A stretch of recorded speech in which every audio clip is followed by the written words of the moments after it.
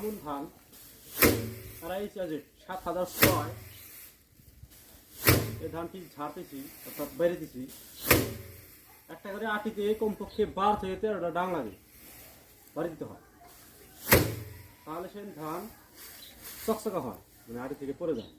আর যদি 4-5টা বাড়িতে থই তাহলে অনেক ধান থাকে যেগুলা এই খেয়ারগুলো ইঁদুরে কেটে শেষ করে ফেলবে, যার জন্যে খেয়ার রক্ষার্থে আমাদেরকে বেশি বাড়িতে হচ্ছে, ভালোভাবে পরিষ্কার করে বাড়িতে হচ্ছে।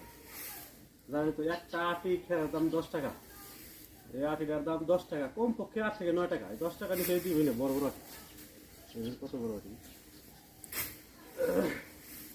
যদি ভালোভাবে না বেড়ে আমরা এর ভিতরে মোটামুটি চিটাও রাখা যাবে না।